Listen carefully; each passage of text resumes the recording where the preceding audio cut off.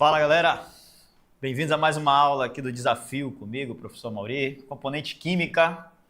E vamos dar continuidade ao nosso último encontro, tá? Estávamos falando sobre ligações químicas, a gente vai continuar aqui com as ligações químicas, só que agora alguns detalhes que não deu tempo de nós finalizarmos, né? Foi polaridade de moléculas, a gente falou rapidamente, eu vou retomar em polaridade de moléculas para poder falar de forças ou interações moleculares. Na verdade, a gente já tinha entrado em interações moleculares, mas não custa nada dar uma revisão sobre essa parte, até porque é muito cobrado, né? É uma coisa muito interessante de ser cobrado nas provas de concurso, ou mesmo no Enem, tá? E aí, nas polaridades de moléculas, vamos lembrar, né? Moléculas é quando nós temos ligações entre os átomos do tipo ligações moleculares ou covalentes, tá? Que são aquelas ligações que ocorrem entre os átomos do tipo ametal e o hidrogênio, ou entre ametal e hidrogênio. Tá? Eu não tenho a presença do metal. Quando eu tenho a presença do metal, a ligação é iônica, e na ligação iônica, obrigatoriamente, eu já classifico, vamos dizer dessa forma, que essa molécula, na verdade, esse composto, ele é polar, tá? Mas como nas moléculas nós não temos uma, vamos dizer assim, uma doação ou recepção de elétrons, lembram lá? Espero que vocês lembrem. O que é que incorre? Se eu não tenho uma doação e recepção de elétrons direto, eu não tenho formação de cargas de forma explícita, então ela está implícita. Ou seja, quando eu tenho a ligação química entre dois átomos e ela é da forma covalente, eles emprestam elétrons um ao outro, então, de certa forma, é meio que igualitária a troca de elétrons, que não é uma troca de elétrons, é um empréstimo, né? Só que esses átomos, eles têm sim uma diferença de eletronegatividade quando eles são átomos de elementos químicos diferentes. E aí, conforme essa diferença de eletronegatividade, a gente vai em busca de uma indução, né? Ou seja, o indicativo de quem é o elemento mais eletronegativo, e, consequentemente, a gente consegue classificar a ligação enquanto polar e apolar, e o momento de polar que define se a molécula tem polaridade ou não tem polaridade, tá? Então, as moléculas em si, na sua resultante, elas são classificadas em apolar e polar, conforme o esquema que está aí para vocês, né? Relembrando, a gente já tinha feito esse comentário, inclusive estão com as anotações da aula, tá? Passada. Quando polar, você pode analisar da seguinte forma pelo momento de polar, beleza? Então, momento de polar igual a zero, moléculas apolar, né? Configura a molécula polar. Ou você pode ter, quando você tem a presença do átomo central, você vai conferir um número de átomos ou ligantes iguais e comparar isso com o número de nuvens. Quando as duas coisas coincidem, número de nuvens igual, número de ligantes iguais, você tem uma molécula apolar. Vou fazer um exemplo, que foi uma coisa que eu não coloquei, era um fim de aula, né? E às vezes a gente quer ganhar um tempinho para comentar um pouco mais, alguma outra coisa, e eu não coloquei um exemplo. Então, vou colocar um exemplo aqui mesmo, tá? Para vocês.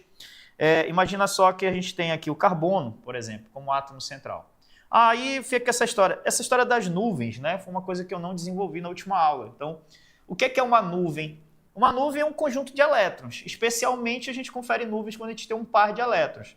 Pode ser uma nuvem ligante ou não ligante, ou seja, eu tenho um par de elétrons que não está fazendo ligação, então uma nuvem não ligante. Mas se esse par de elétrons faz parte de uma ligação, né? Porque quando a gente faz um traço que indica uma ligação entre dois átomos, esse traço é o indicativo da presença de dois elétrons sendo compartilhados, tá?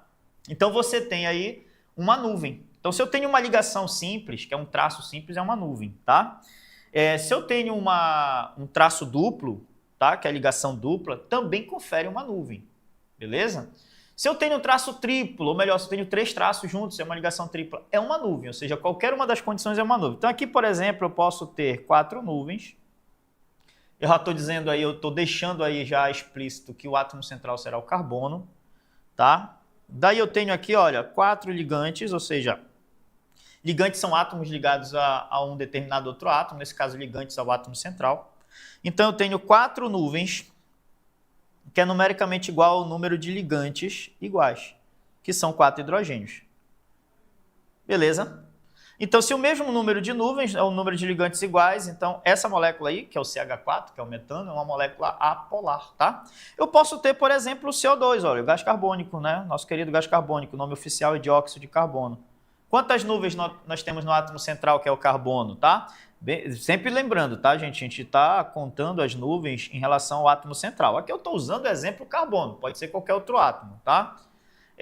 Nesse caso, o número de nuvens aí vai ser duas, tá? Ou seja, cada par de ligação, ou seja, cada ligação dupla dessa é uma nuvem. Então, eu tenho duas nuvens, tá? De elétrons ligados ao átomo central. E também eu tenho dois ligantes iguais, que no caso são dois átomos de oxigênio, tá? Beleza? Então, nesse caso, trata-se de uma molécula também, o quê? Apolar, tá? Eu estou colocando já bem do lado aí da definição de molécula apolar, tá bom? Eu vou usar o exemplo inicial, por exemplo, novamente o carbono com 1, 2, 3, 4 nuvens, e vou acrescentar um átomo diferente. Eu vou fazer aqui o clorometano, tá? CH3Cl. Então, notem, eu tenho 4 nuvens aqui, no entanto, é diferente o número de ligantes iguais. Eu só tenho 3 ligantes iguais, que são 3 hidrogênios aí, no caso. Tá? Aí isso configura que a molécula é polar. Não só por esse motivo, né? Tem um momento dipolar, eu também vou dar vou falar um pouquinho sobre isso do momento dipolar, né? E temos, por exemplo, a nossa queridinha água. Molécula de água, tem o oxigênio, aí eu tenho aqui 2 ligações, tal, né? E aí aumenta um pouquinho a complexidade aqui com a análise das nuvens. Você tem que saber um a mais, tá? Beleza? Bom, qual é a complexidade aqui? Quem é o átomo central? Isso é o oxigênio, né? Átomo central, o nome já é bem sugestivo, é aquele que está no centro.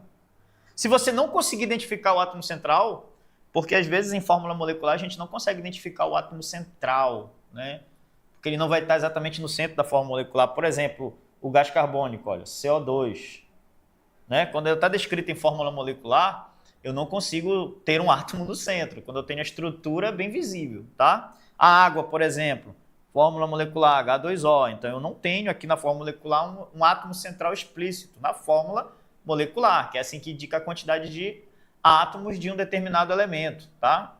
Aí o que é que vai acontecer? Você vai analisar isso daqui da seguinte forma, tá? O átomo central é aquele que está em menor quantidade.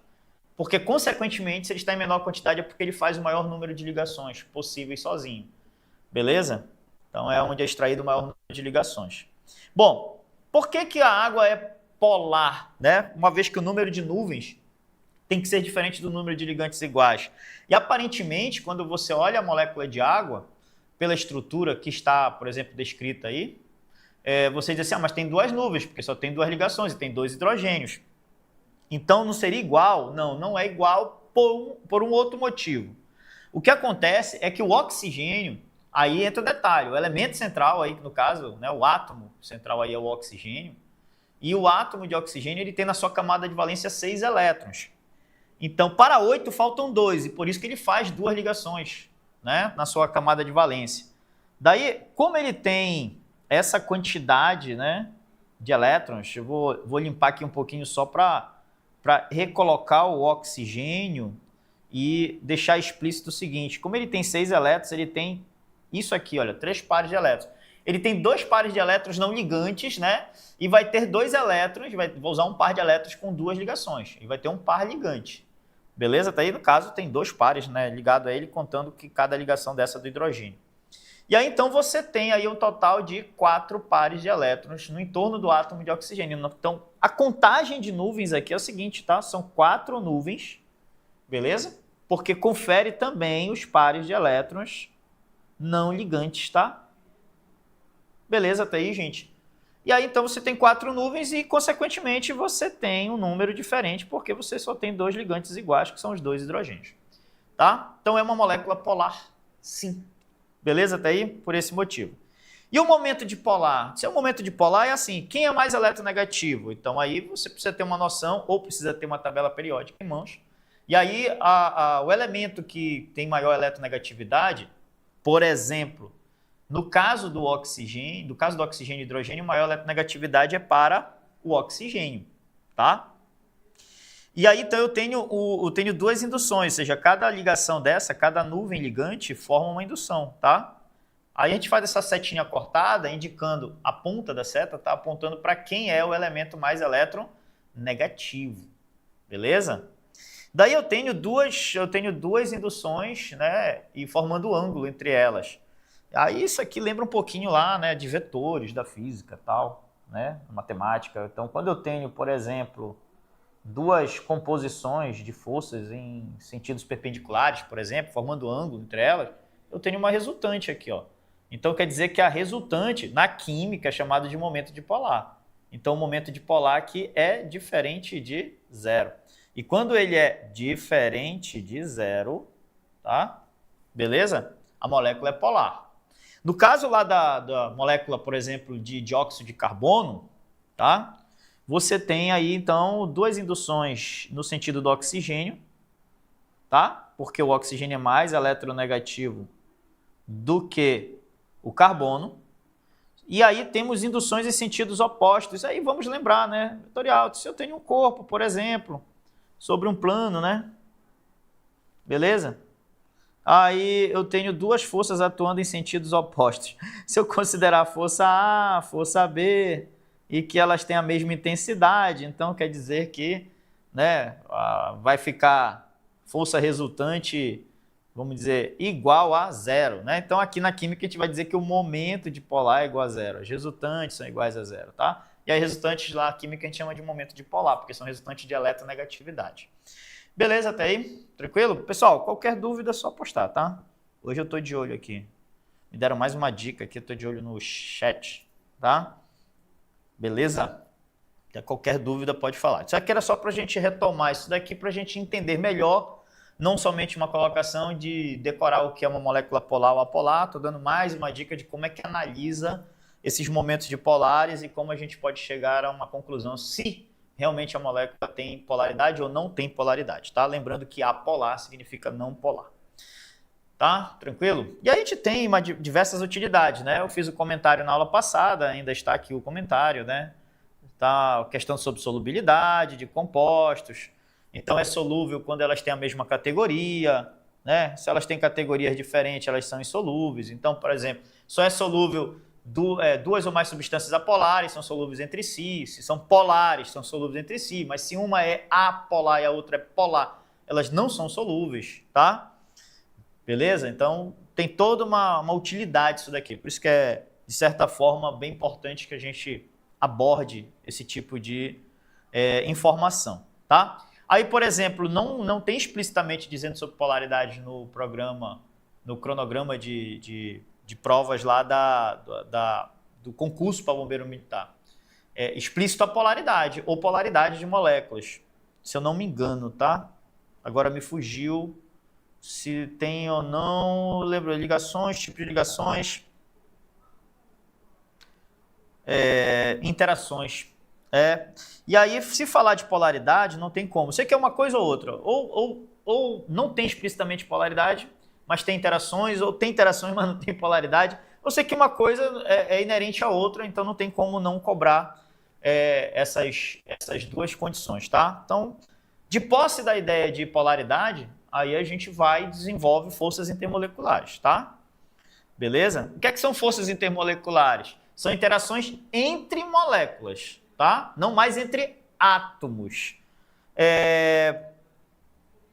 Isso leva em consideração, inclusive, a questão de solubilidade, ponto de fusão e ebulição de substâncias, tá? Isso influencia em tudo isso, tá? E coisas bem corriqueiras que às vezes a gente talvez não pare para pensar, mas, por exemplo, você usa cola branca. Para que serve aquela cola escolar, aquela famosa cola branca? Só cola papel. Por quê? Porque ela é projetada para isso, tá? Para um tipo de interação com as moléculas que formam o papel. Beleza? Se você for colar borracha, não vai dar certo. Se você for colar plástico ou aquela cola branca, também não vai dar certo. Então, cada superfície precisa de um substrato, ou cada substrato precisa de um tipo, né, de substância específica para ter interações, tá? Beleza? E aí temos as seguintes interações que são mais cobradas, tá? O dipolo instantâneo e o dipolo induzido, que ocorre com presença de moléculas apolares, tá? Isso aí é a parte importante, tá bom? Moléculas apolares, tá? É quando ocorre o dipolo instantâneo e o dipolo induzido, ou seja, o dipolo é o momento dipolar da molécula, tá? Se ela é uma molécula apolar, então explicitamente ela não tem polos, tá? Então a interatividade dessas moléculas, a interação delas vai ser muito, vamos dizer assim, baixa, né? Vai ser frágil demais e elas precisam ser forçadas a ficarem juntas, tá? Então toda vez que eu tenho a necessidade de colocar moléculas apolares para interagir, eu tenho que usar um fator, uma energia externa, tá, para mantê-las juntas. Por isso o nome indução, tá?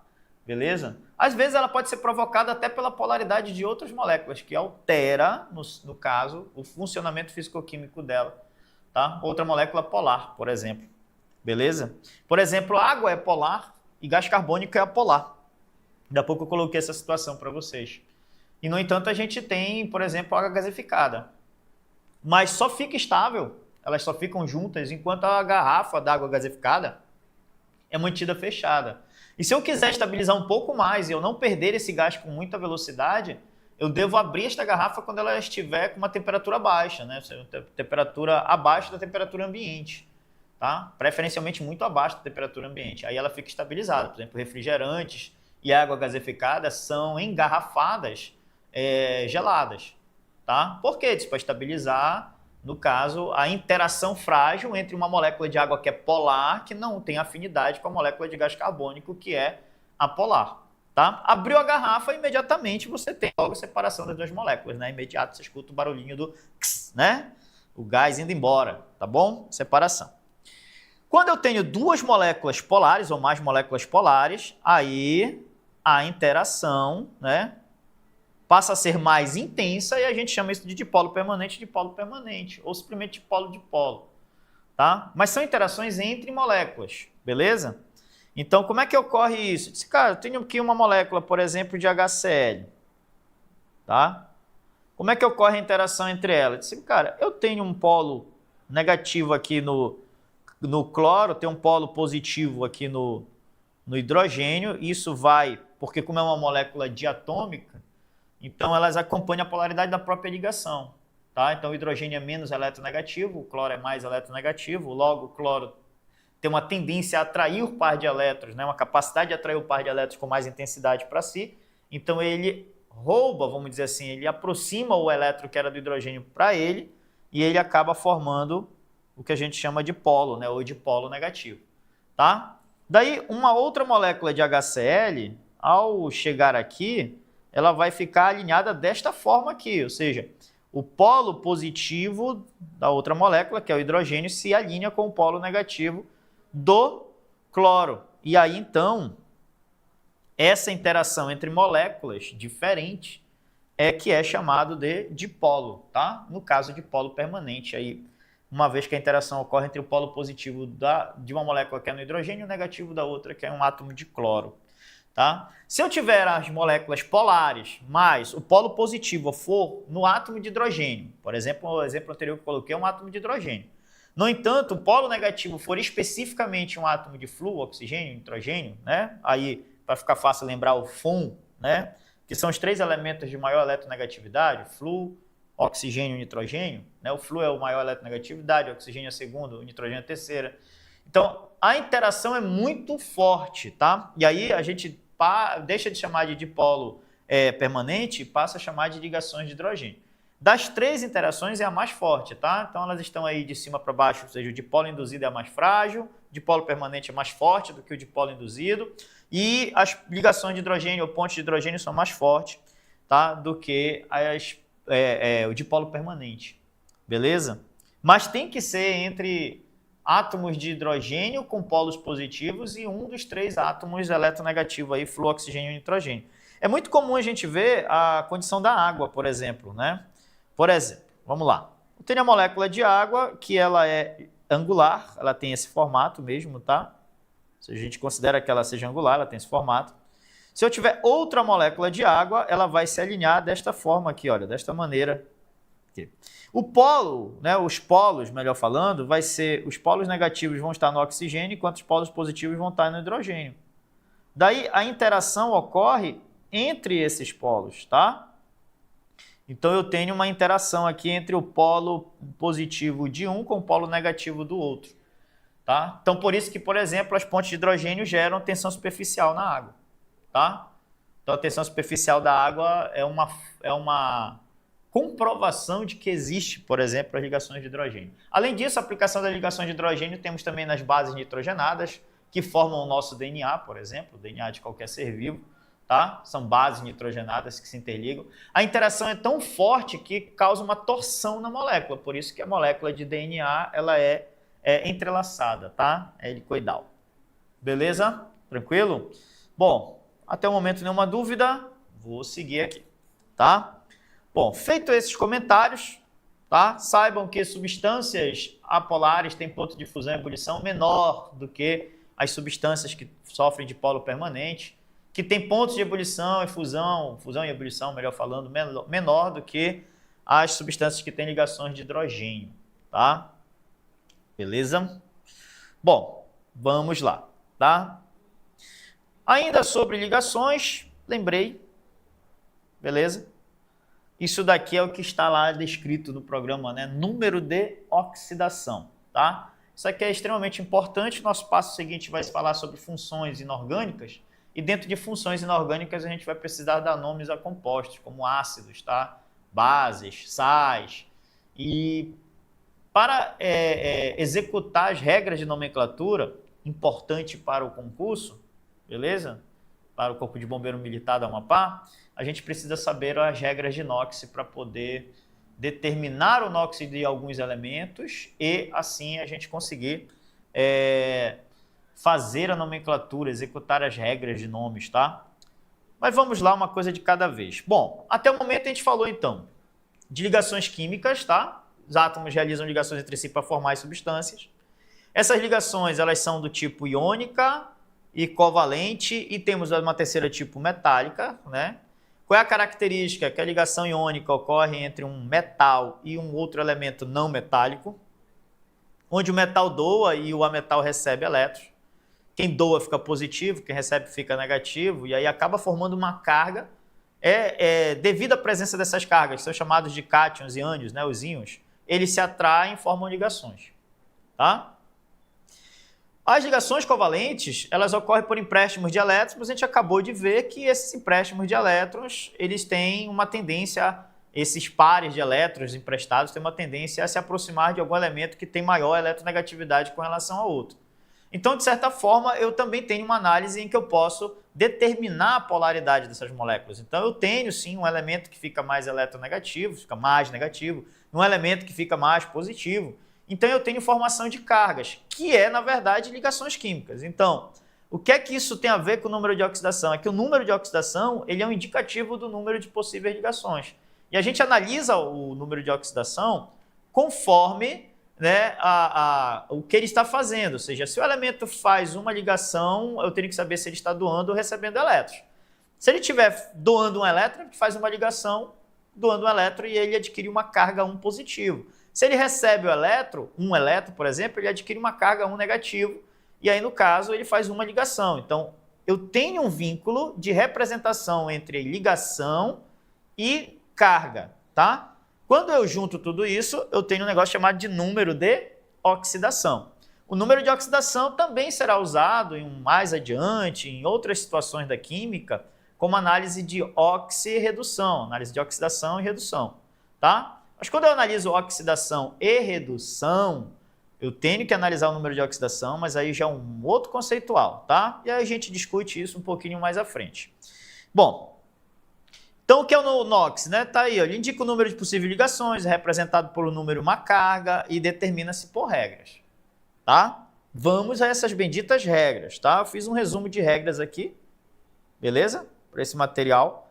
Algumas eu vou descrever para vocês, que é muita informação. Aí eu disse assim, não, eu vou fazer descrito, tá? Então, assim, toda substância simples tem NOx igual a 0. Ah, o que é uma substância simples? É quando eu só tenho um tipo de elemento, só tenho um elemento químico, tá? Por exemplo, aí eu tenho gás oxigênio, então qual é a fórmula? O2, isso é uma substância simples, só tem oxigênio. Ah, resultou numa barra de ferro, então só tem ferro, Fe. Quando é metálico a gente não coloca o índice, tá? Beleza? Porque o ferro é metálico, o oxigênio é ametálico, né?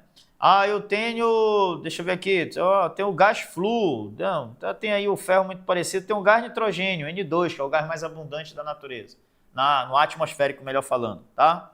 Beleza? Então, essas substâncias, elas são formadas, né, por um único elemento, tá? E aí, no caso, o NOx deles, ou seja, a carga que é gerada pelas ligações é zero. Por quê? Porque só tem um tipo de elemento. Então, eles não disputam, no quesito eletronegatividade, o par de elétrons ou os pares de elétrons das ligações. Consequentemente, a resultante deles, de momento dipolar, deles é zero, tá? E aí o motivo pelo caso de dizer que o NOx dele é zero, mas não quer dizer que a ligação não existe, tá? Por isso que, no conceito, número de oxidação é um número de possíveis ligações, tá bom? Porque incorre de algumas situações ficar um pouco estranho, tipo, tem zero ligação? Não, tem ligação, tá? Mas a resultante das ligações, dos momentos dipolares, não gera carga. Em substâncias compostas, alguns elementos químicos têm NOx fixo, aí muda de figura. Se a substância é simples, todos os elementos têm NOx zero. Agora, quando a substância é composta, todos os elementos participantes da substância composta têm algum valor de NOx. Tá? Tem alguma carga que indica, seja ela positiva ou negativa, e alguma quantidade de elétrons trocada. Tá? Então, nas substâncias compostas, alguns elementos químicos têm NOx fixo, e aí a gente precisa saber quais são esses elementos que possuem NOx fixo, tá? O grande detalhe aqui é esse. Vou fazer uma lista já para vocês, tá? Dentre esses elementos, fora esses elementos, eu vou ter uma regra específica para o oxigênio, né, que tem NOx igual a menos 2, esse aqui, NOx menos 2 do oxigênio, vamos dizer assim, o NOx padrão dele, tá? O NOx padrão, NOx menos 2. Exceto no caso de peróxido, aí diz, o que é peróxido, né? O peróxido é quando eu tenho um grupo com 2 oxigênios ligados ou interligados entre si, e aí a resultante menos 2 dividido para 2 oxigênios, né? Ou seja, o NOx padrão dele é menos 2. Mas como ele divide a mesma ligação, eu divido o menos 2 para os dois e aí a resultante de NOx é menos 1. Tá? Então não quer dizer que ele faz uma ligação, é porque é uma valência livre em cada oxigênio. Tá? Esse grupamento peróxido, ele se liga mais preferencialmente com os elementos do grupo 1 da tabela periódica, tá? Com sódio, lítio, tal, enfim. Então é peróxido quando tenho 2 oxigênios e quando eles estão ligados aos elementos do grupo 1, tá? Da tabela periódica, tá bom? Que são os alcalinos, metais alcalinos. O superóxido, por exemplo, já é o grupamento que tem 4 oxigênios interligados entre si. E aí o NOx padrão é menos 2, só que dividido para 4 oxigênios, o que vai dar um resultado menos meio. E aí, novamente, aquela história, se existe meio ligação, metade de uma ligação? Não, a ligação ela é inteira, ou é uma, ou é mais de uma, 2, se for mais de 2, 3. Então, são números inteiros de ligação. Não existe metade de uma ligação, tá? Então, se não existe metade de uma ligação, o que é que vamos ter aqui? Isso é só uma resultante, uma representatividade, porque é um grupo de átomos, tá? Que divide o mesmo NOx, tá? Aqui, em geral, eles estão ligados, tá? Ligados, tá? Aos elementos do grupo 2 da tabela periódica, que são os metais alcalinos terrosos. Dentro do grupo 1, tá, gente? Tem metais alcalinos, são os metais alcalinos, tem um que não é metal e ele participa aqui dos peróxidos, tá? Que é o mais conhecido dos peróxidos, que é H2O2, tá? H2O2, peróxido de hidrogênio, mais conhecido como água oxigenada, né? É o nome usual, vamos colocar assim, quando em solução, tá? O NOx de um íon, e aí, passando agora para a próxima regra, o NOx de um íon é igual à sua carga. Isso aqui é importante porque a próxima regra diz o seguinte, que a soma total dos NOx dos átomos de uma substância composta, e aí quando a gente trata esse termo de substância composta, beleza? Entende-se que ela está com a resultante de NOx, a resultante de todos os NOx somados, todos os elementos que participam dela, igual a zero, tá? Agora, quando eu tenho íon, não. Todo íon ele tem uma carga. E é porque existem íons simples e íons compostos, tá? E aí, quando eu tenho íons compostos, eu tenho que ter uma outra visão sobre a questão da resultante de um NOx dele para poder encontrar o NOx, que é para o que serve essas duas últimas regras, que é para encontrar o NOx de elementos que não estão nas regras, porque não tem regra para todos, tá? Por exemplo, quem são os elementos que têm NOx fixo, tá? Aí vamos lá. Como eu deixei pouco espaço aqui, eu vou ter que dar uma ampliada aqui e descrever para vocês os elementos que possuem NOx fixo. Por exemplo, os elementos... Agora eu vou ter que tirar aqui um pouquinho diminuir aqui. Os elementos que tem NOx fixo, tá? Especificamente. Eu vou ter os elementos do grupo 1 da tabela periódica, tá? Para quem não lembra, grupo 1, lítio, sódio, potássio, césio, rubídio, tá? Frâncio. Esses elementos do grupo 1, eles têm NOx igual a 1 positivo, tá? NOx 1 positivo. Os elementos que têm NOx 2 positivo obrigatório, os elementos do grupo 2 da tabela periódica. Ah, eu não lembro. Grupo 2, tá? Berílio, magnésio, cálcio, estrôncio, rádio, bário. Esses elementos têm NOx 2 positivo. Elementos que, independente do seu grupo na tabela periódica, tem NOx fixo. Vamos lá. O alumínio tem NOx 3+. Beleza? O zinco tem NOx 2+. Tá? A prata tem NOx 1+. Ia esquecendo, cádmio tem NOx 2+. Tá? O que mais aqui? Tal? Não, tá tudo ok aqui. Aí temos o hidrogênio, tem NOx 1 positivo, se estiver ligado a um ametal. Beleza? Agora, ele pode ter NOx 1 negativo, tá? Se ele estiver ligado a um metal. Lembrando que, por exemplo, o grupo 1 e o grupo 2 da tabela periódica são metais alcalinos, tá? O grupo 1 é metal alcalino, então são metais. Grupo 2, metais alcalinos terrosos, também são metais. Exceto o hidrogênio que está no grupo 1, tá? Que não é metal. E aí os metais, eles têm alumínio, zinco, prata, cádmio. Esses elementos aí, eles têm NOx positivo. Os metais têm NOx positivo, porque eles têm tendência a doar elétrons, tá? Então, por isso que o hidrogênio, quando está ligado a um metal, que, vamos dizer assim, meio que obrigatoriamente são positivos, ele aceita receber o elétron, ou seja, ele aceita ficar eletronegativo. Aí diz assim, então o NOx dele varia, um positivo e um negativo. Tá, de certa forma sim, mas a gente considera que não varia, porque assim, é sempre um, tá? E é específico. Ele só é um negativo se estiver ligado a metal. Se ele estiver ligado a um não metal, que é o ametal, tá? Ele é positivo. Tá? Então é bem definido a condição dele. Por isso que ele vai entrar nessa lista aí de NOx fixos. Na verdade, existe regramento para cada uma dessas situações. A gente pode pegar e faz resumidamente. Fica mais fácil, né, o entendimento. Beleza? Tranquilo? Então, eu tenho que ter noção dessas regras aqui, ou desses elementos que tem regra, para poder achar os outros NOx de elementos que não tem regra, tá? Para não dizer que eu não falo dos NOx negativos, eu tenho aqui, por exemplo, o enxofre, que é 2 negativo, e tenho os elementos do grupo 17. Os elementos do grupo 17, que são os halogênios, né? Aí entra flúor, cloro, bromo, iodo. Esses elementos aqui, em geral, tem NOx igual a -1, tá? Beleza? Só que assim, para esses dois aqui, vamos colocar assim, para essas duas condições aqui finais que eu estou comentando, tem uma condição, tá? Eles têm que estar em uma fórmula sem a presença do oxigênio. Quando eles estão na presença do átomo de oxigênio, eles perdem essa regra, a gente vai calcular o valor do NOx deles, tá? Tudo bem? Daqui a pouquinho a gente vai fazer algumas aplicações, tá? Como diz a história, 3 segundos para quem quer fazer um print aí disso aí, porque eu vou fechar a tela aqui e vai ficar bem pequenininho, tá?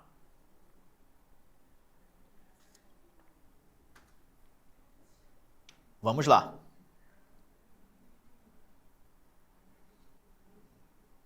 Seguindo a vida, né? Deixa eu trazer aqui o tamanho do traço aqui da pencil. Vamos fazer uma questãozinha dessa de inox aí para a gente ver como é que isso aqui é utilizado.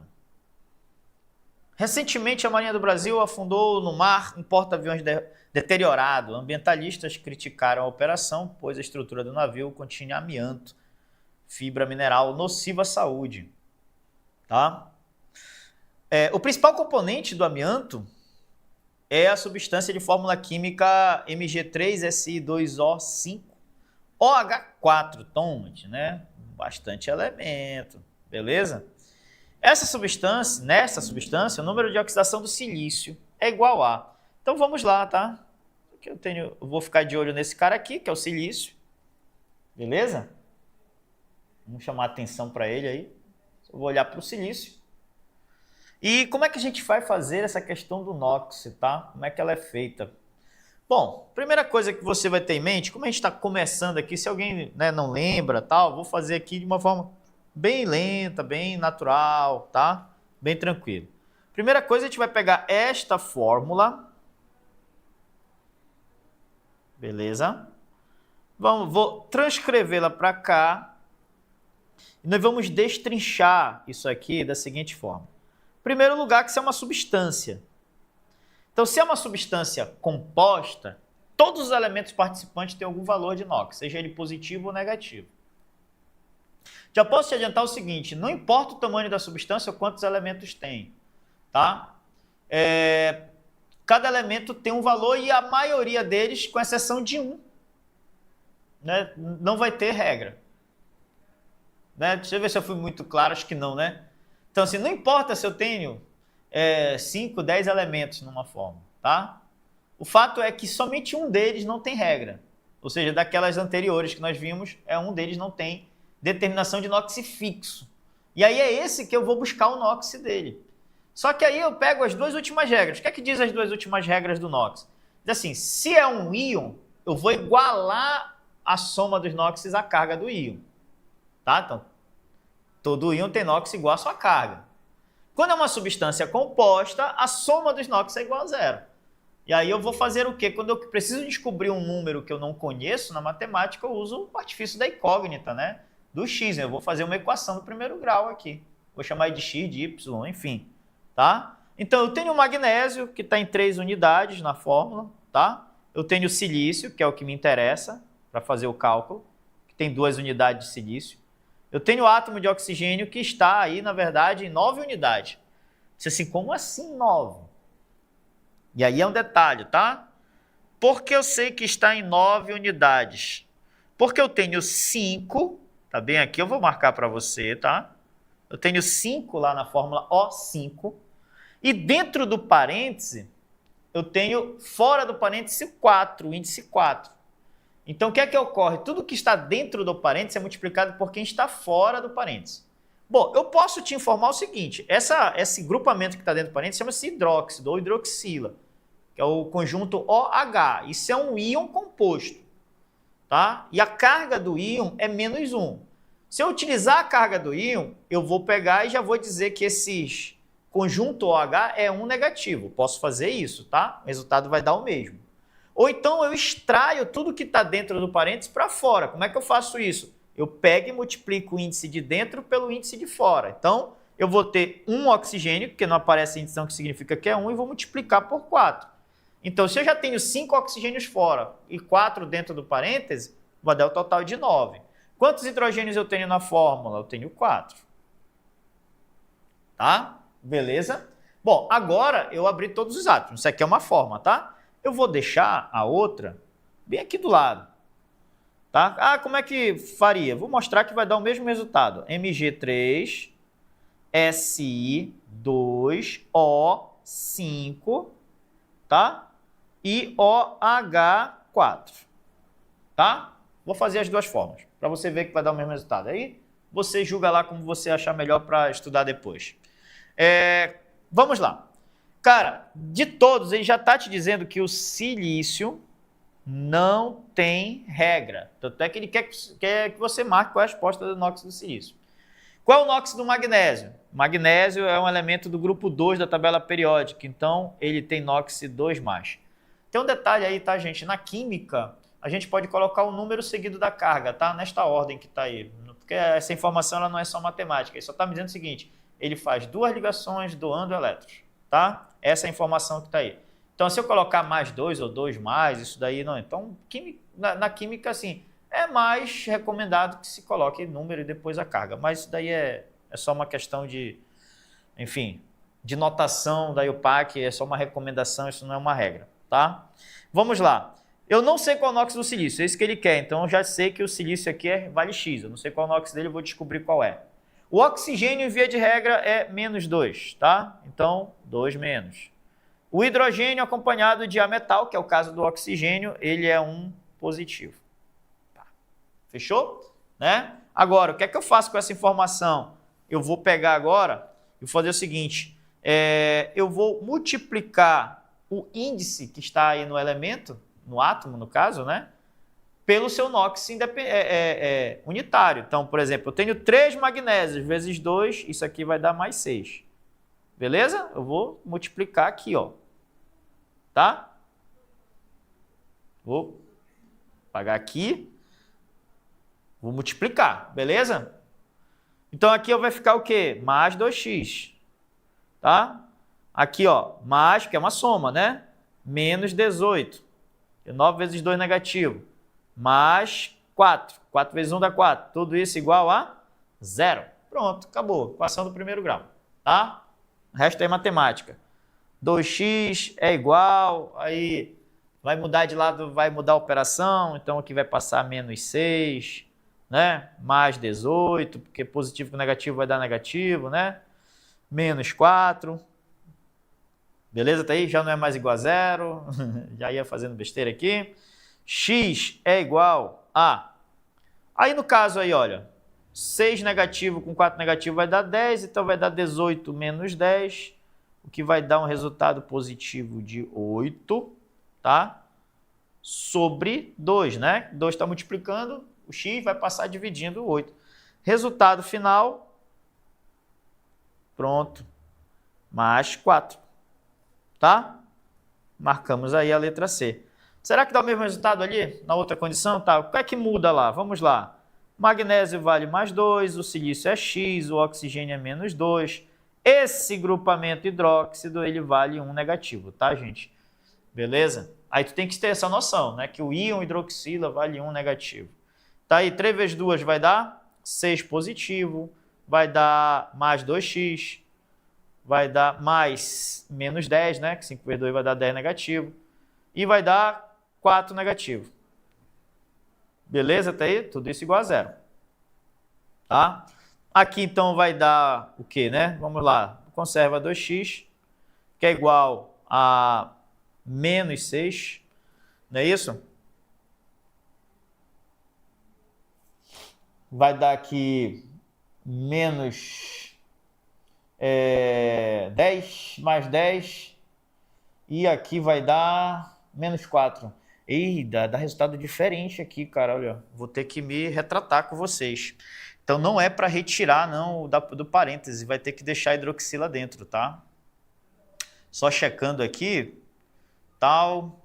de tal forma que por causa da resultante interna lá da hidroxila, cara. Não vai dar, tá, gente? Mil desculpas, vou retirar o que eu disse. Essa forma aqui está errada, tá? Não precisa, nesse caso aqui, não dá para tirar do parêntese, não. Vou até deixar já fora aqui. Beleza? Que aqui vai zerar. Né? Aqui vai dar 0. Vou ter que refazer. Esse aqui, aliás, não dá para deixar aqui. Vou apagar as duas formas. Não dá, porque aqui vai zerar a questão do NOx. Vai dar 0. Não fiz nenhuma atrocidade matemática aqui não na segunda parte. E aí não pode dar 0 aqui, tá? Não vai dar NOx 0, isso não existe aqui, beleza? Só conferindo aqui. Tá? 3 vezes 2, 6, 2x, menos 10, 4 vezes 1, 4 negativo, vai dar mais 10. Agora faz sentido aqui.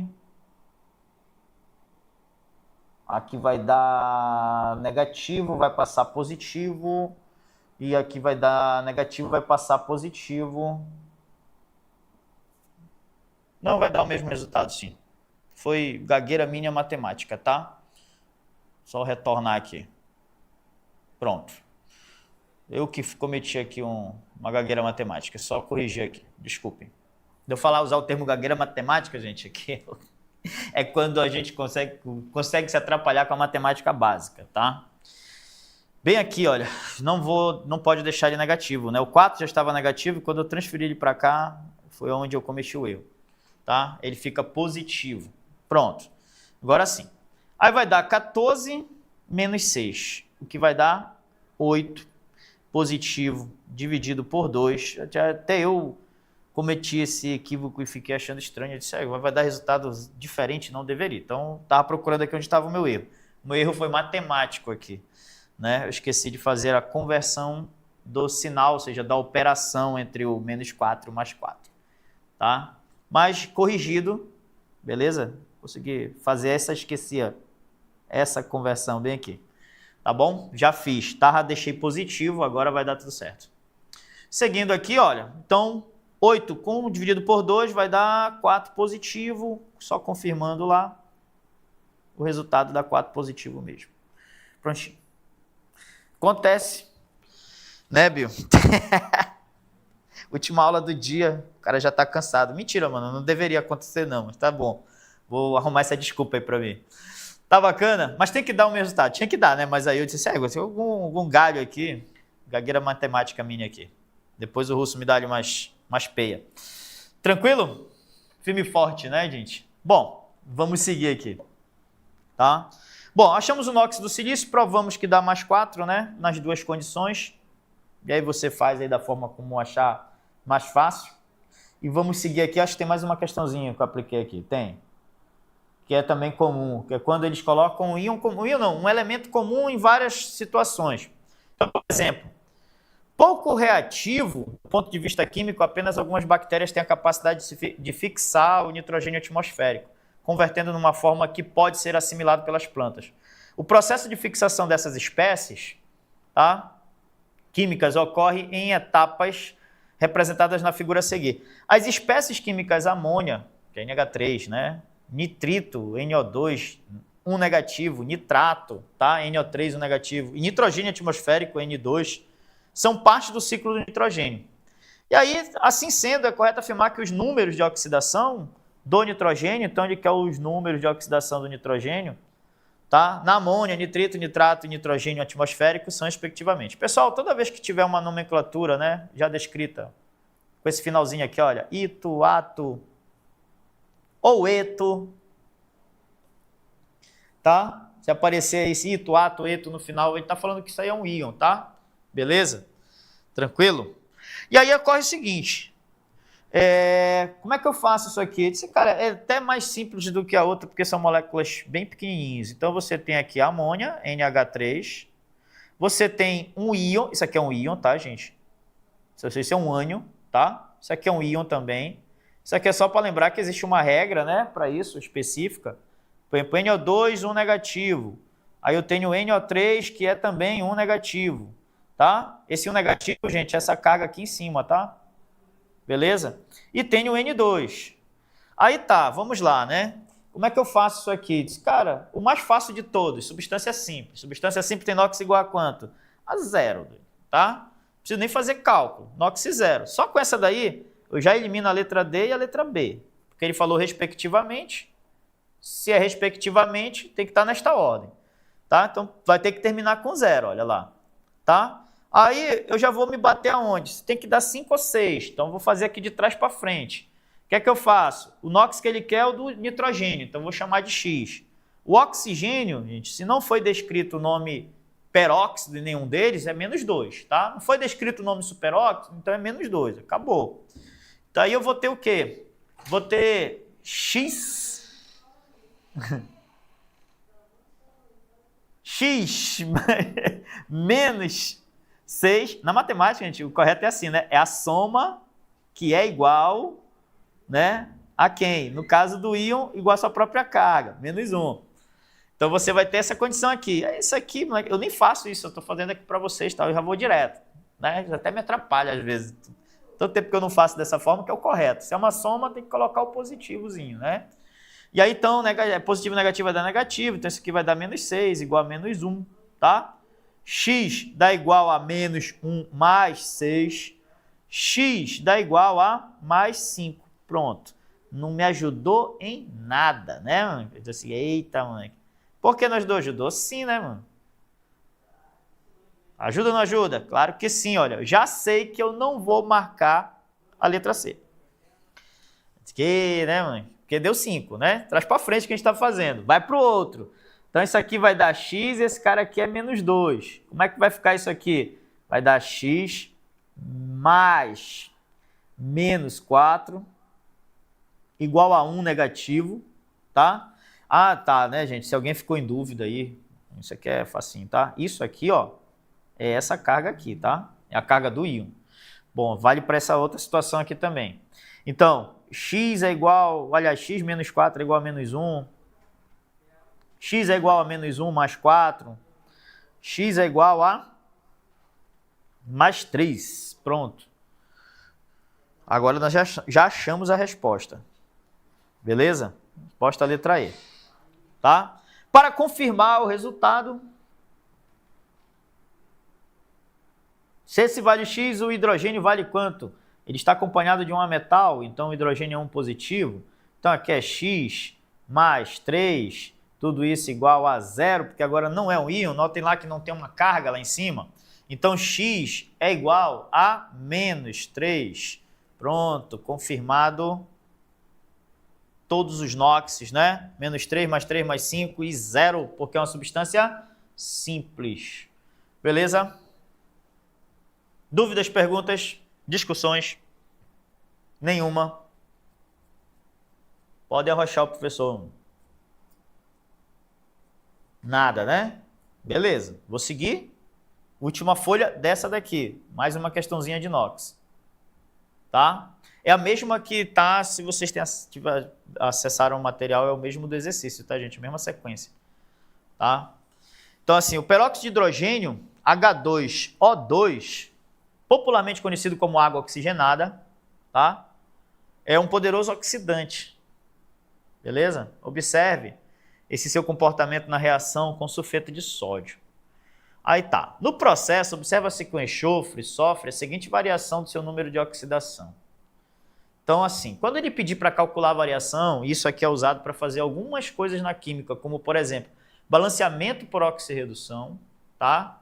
É usado em eletroquímica, tanto para determinar a quantidade de elétrons que são trocados por eletrodos, por exemplo, numa pilha, tá? Toda pilha funciona por oxirredução. A eletrólise também, é importante você saber NOx para poder fazer o cálculo da eletrodeposição, por exemplo, pela lei de Faraday. Enfim, tá? Tem algumas utilidades. E aí temos o balanceamento de equação por oxirredução, que você tem que achar os dois elementos que variam o NOx. Tem um que vai variar para mais, sabe? Vai aumentar o NOx do reagente para o produto, e tem outro átomo que vai diminuir o NOx do reagente para o produto. Quem aumenta o NOx a gente chama de oxidação, ou seja, é o elemento que oxida, e quem diminui é o elemento que reduz, tá?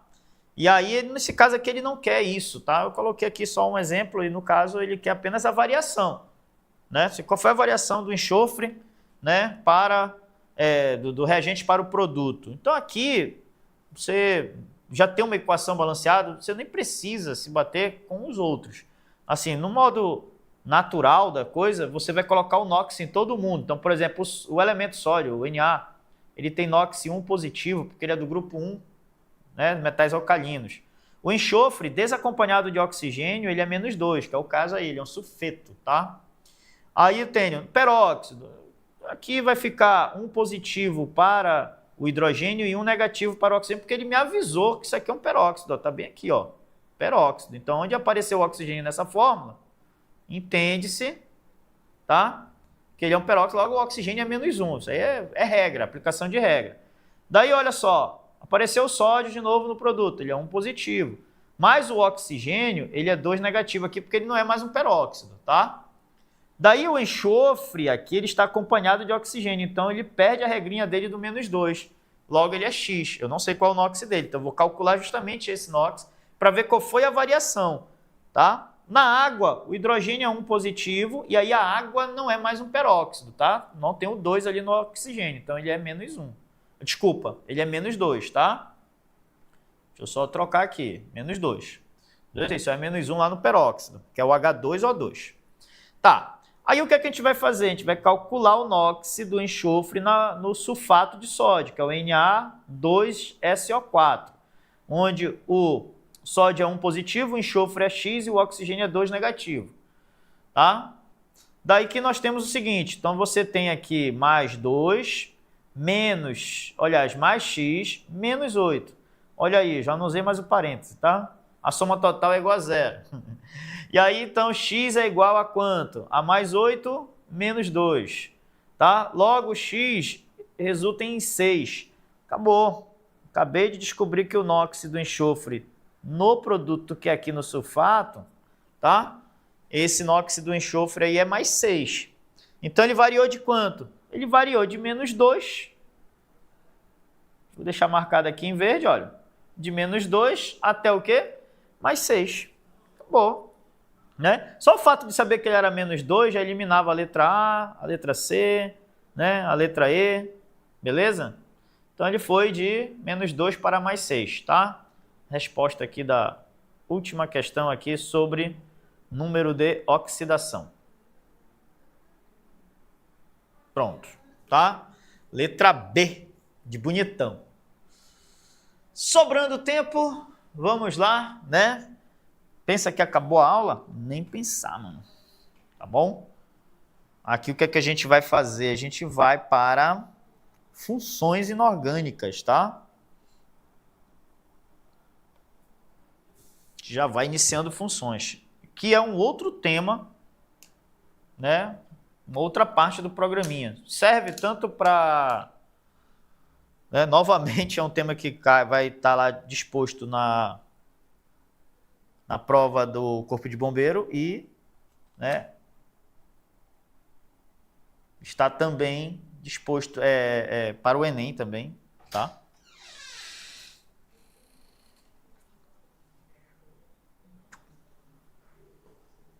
Pronto. Vamos lá. Aquela respirada e vamos mudando um pouquinho a chave, tá? Primeiro, o que é que são funções inorgânicas, tá? Funções inorgânicas, ou quando a gente usa o termo funções dentro da química, é que funções é um grupo de substâncias, tá? Grupo de substâncias que possuem características ou propriedades, né, físico-químicas semelhantes, tá? Então, nós temos dois grandes grupos. Temos as substâncias que não são orgânicas, e aí o nome inorgânica, tá? E temos as substâncias orgânicas, beleza? Então, a primeira coisa que a gente tem que ter em mente é isso daqui, né? Então, são os conceitos fundamentais que a gente inicia. Então, o termo função na química é definido por grupo de substâncias com propriedades e características semelhantes, tá? Há dois grandes grupos, orgânicas e inorgânicas. A gente vai estudar as inorgânicas, tá bom? Agora, nesse momento. Depois, a gente vai estudar as orgânicas. As substâncias orgânicas possuem como principal constituinte o elemento carbono, as orgânicas, que a gente não vai estudar agora, tá? Aí, logo, as inorgânicas são aquelas que não têm o elemento carbono como elemento principal, ou seja, vão participar todos os elementos da tabela periódica, inclusive o carbono, mas não como elemento principal. Uma das principais características da química orgânica é ter o carbono como elemento principal, tá? Aqui não, ele não é o elemento principal, ele participa assim como todos os outros. E assim, as funções inorgânicas são 4 que nós vamos estudar, tá? Então, na verdade, é considerado substância inorgânica. As substâncias simples são consideradas substâncias inorgânicas, tá? Beleza? E aí inclui aí as substâncias metálicas também, tá? E aí, no caso, as substâncias classificadas como ácido, base, sais e óxidos. Tá? Muitas vezes a gente usa esses termos para determinar uma substância dentre várias que existem. Por exemplo, a gente usa sal, aí o cara lembra logo, vou temperar comida, né? Vou temperar o churrasco. Então, a gente usa um tipo de sal, um dos sais inorgânicos que existe na natureza, que é o cloreto de sódio. Mas existem vários sais. A casca do ovo, por exemplo, é constituída de um sal, que por um acaso é o mesmo sal que constitui o mármore. Tá bom? E assim vai. Então, eu tenho várias substâncias de uma determinada categoria ou de um determinado grupo, né? Que são funções. Daí eu preciso identificar aqui qual é o nosso objetivo, né? É identificar a fórmula, tá? Ou seja, quando eu tenho que bater o olho na prova, eu vou ter que olhar para uma fórmula e saber que aquela fórmula ali representa uma determinada função, né? É um ácido, é uma base, é um sal, é um óxido, tá? Segundo, eu tenho que saber dar nome a essas fórmulas, e aí eu tenho regras para dar nome às substâncias. Essas regras para dar nome às substâncias são chamadas de nomenclaturas, a gente vai estudar aqui, tá? beleza? E tem mais um outro detalhe, que é você saber classificar essas substâncias. Aí entra a parte teórica. Então você olha para a fórmula e sabe dar classificação a essas fórmulas, tá? Então vamos começar a aplicação disso aqui, né? Vamos começar a entender aqui como é que olha. Primeira coisa, tá? As funções, elas foram separadas ou organizadas inicialmente por suas propriedades organolépticas. Depois entendeu-se que isso aí não era tão viável, até meio que perigoso, né? O que é que são propriedades organolépticas? A gente usa os nossos sentidos. O principal sentido, então, que era utilizado para identificar essas substâncias, esses grupos de substâncias, as funções era o paladar. Daí, então, a gente sabe, mas não precisa sair por aí provando para determinar que aquilo ali é um ácido, uma base, só um óxido. A gente sabe quais são os sabores característicos. Então, assim, substratos ou substâncias que não há perigo para a gente, por exemplo, comidas, né? Ah, eu provei um limão. O limão é azedo, então ele é rico em ácidos, tá?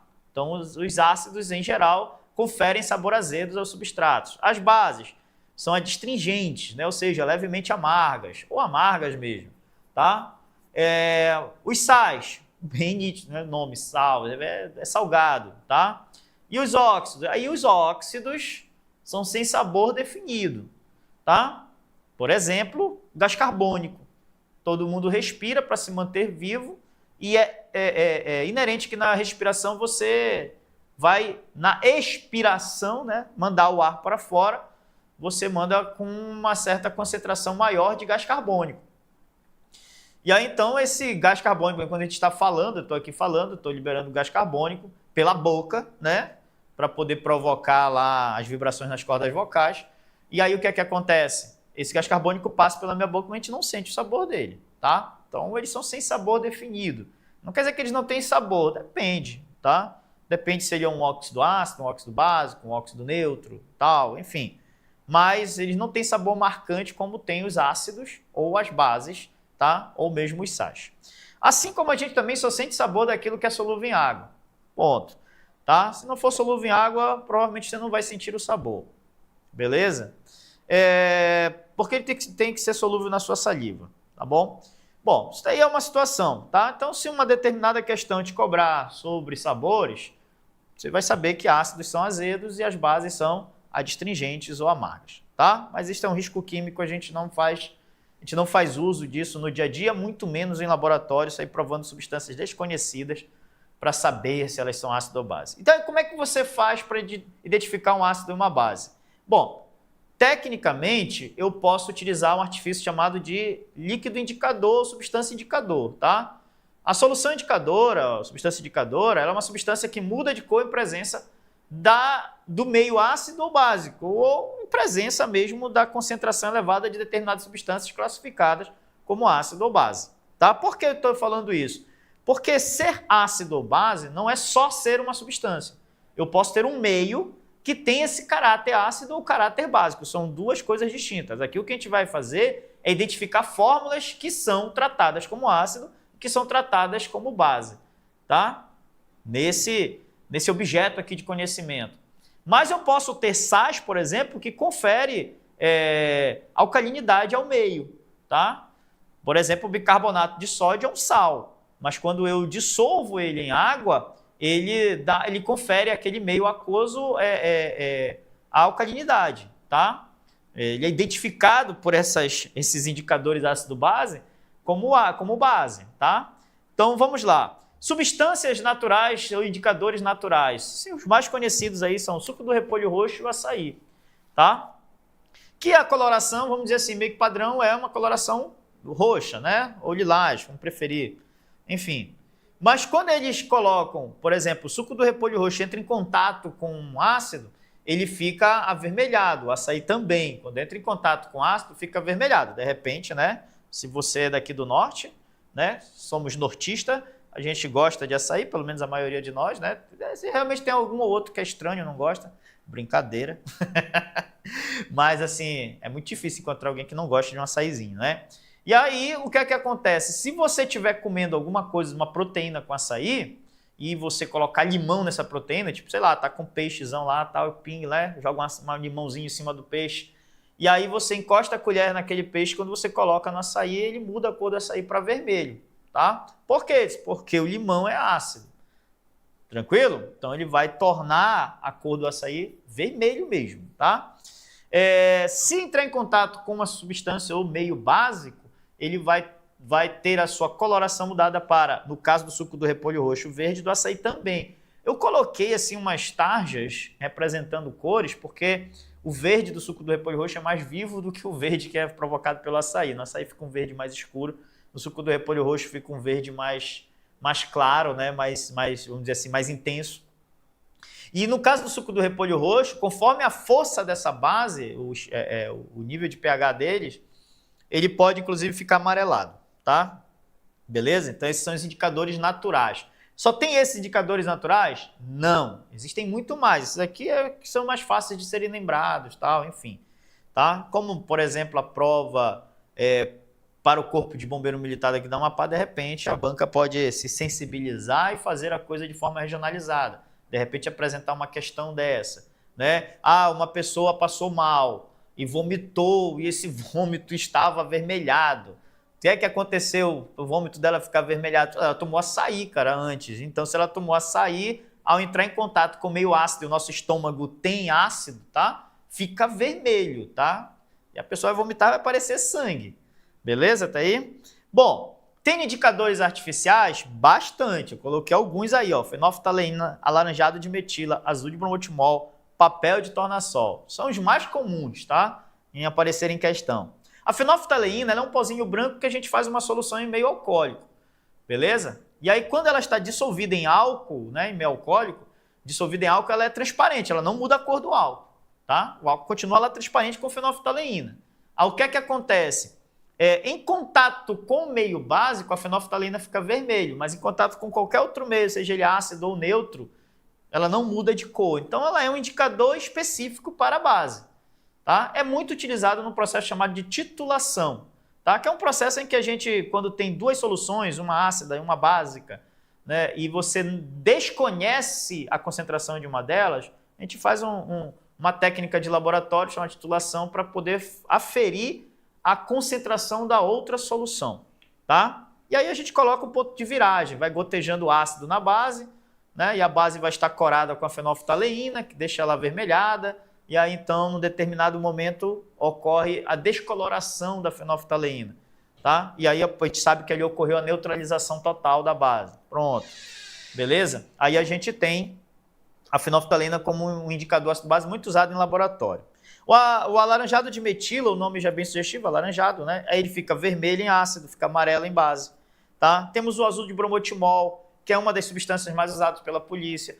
Né? Temos programas aí que falam sobre o trabalho da Polícia Federal e da Receita Federal nos aeroportos, por exemplo, ou das polícias de aeroportos do mundo todo, né? E aí, se você não acompanhou, dê uma procuradinha, por aí tem, aí eles fazem os testes, quando eles encontram uma substância, né, que seja considerado, por exemplo, ilícita ou suspeita, aí eles avisam a pessoa, diz, ó, a gente vai fazer um teste, mostra um lencinho umedecido lá, aí ele fala, olha, aqui se ele ficar azul, porque deu positivo para cloridrato, né, de tal substância, né? E aí o que é que ocorre? Por que ele fica azul? Porque as drogas ilícitas, à base de anfetaminas, de metanfetaminas, elas são de caráter básico. Então, em contato lá com a substância, o azul de bromotimol, e fica azul, tá? Beleza? Bom, se entrar em contato com ácido, vai ficar amarelado, tá? Ou não vai ocorrer a viragem da cor, ou seja, não vai ocorrer uma mudança de coloração. Tá? O papel de tornassol é um papelzinho amarelado que em contato com o meio ácido fica vermelho, esse papel, e em contato com a base ele tem uma substância que fica azul. Tá? Então, essa a utilidade das substâncias indicadoras ácido-base.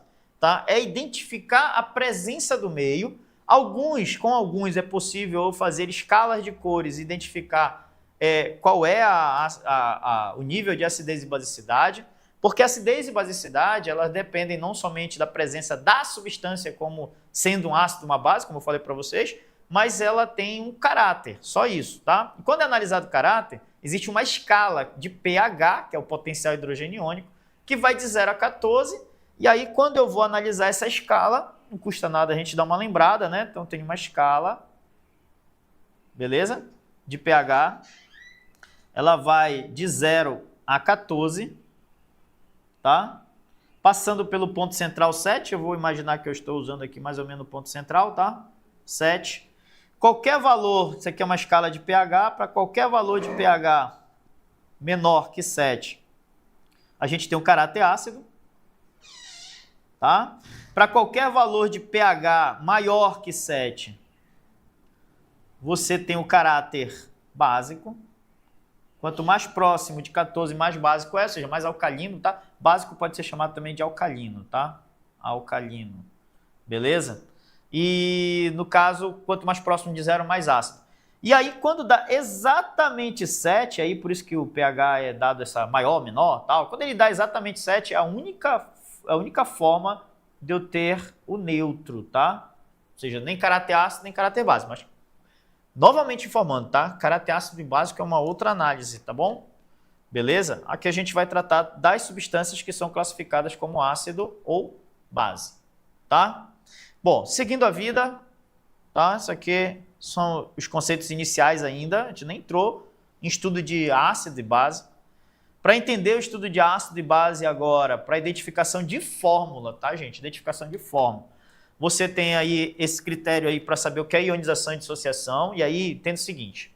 Bom, e se eu não tiver um indicador ácido-base, se eu não tiver, eu não posso fazer esse teste do sabor, o que foi feito, então, para identificar essas substâncias em grupos?